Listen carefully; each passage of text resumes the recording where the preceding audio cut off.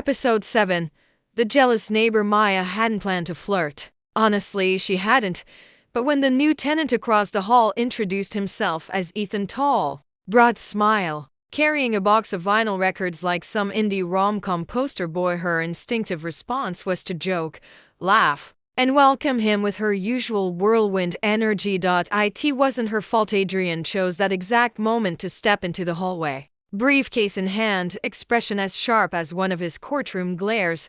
Neighbor number 2, Maya chirped, gesturing between them. Ethan, this is Adrian. Adrian, Ethan, you're both officially stuck with me forever. Ethan grinned. Lucky us. Adrian's jaw flexed. Charmed. That evening, Maya found herself helping Ethan unpack. She'd brought over cookies store-bought, because she had learned her limits, and soon they were swapping stories on his couch. Ethan was easygoing, charming, and most dangerously single. Half an hour later, a knock interrupted them.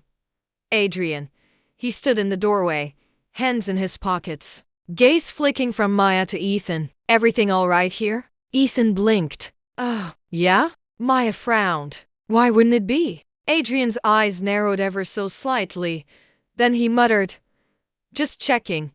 He lingered for a beat too long before retreating to his apartment. Maya stared after him, heat rushing to her cheeks. What was that? The next day, Adrian was impossible. When Maya left her apartment, he was in the hall. Going out? He asked casually, though his tone was anything but. Yes, she said, adjusting her bag. With Ethan? She raised an eyebrow. Are you keeping tabs on me now? He looked away. Just curious. Maya smirked. Clause 2.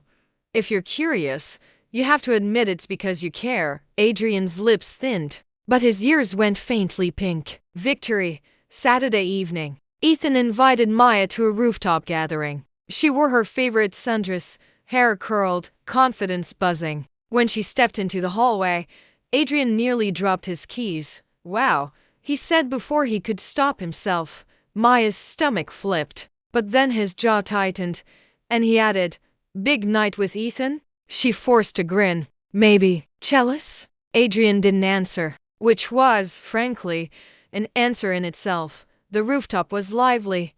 Fairy lights strung between railings, music drifting through the air. Ethan introduced Maya to his friends, and she laughed freely, soaking in the easy vibe, but her mind kept wandering to Adrian's face in the hallway. The way his voice had caught on. Wow.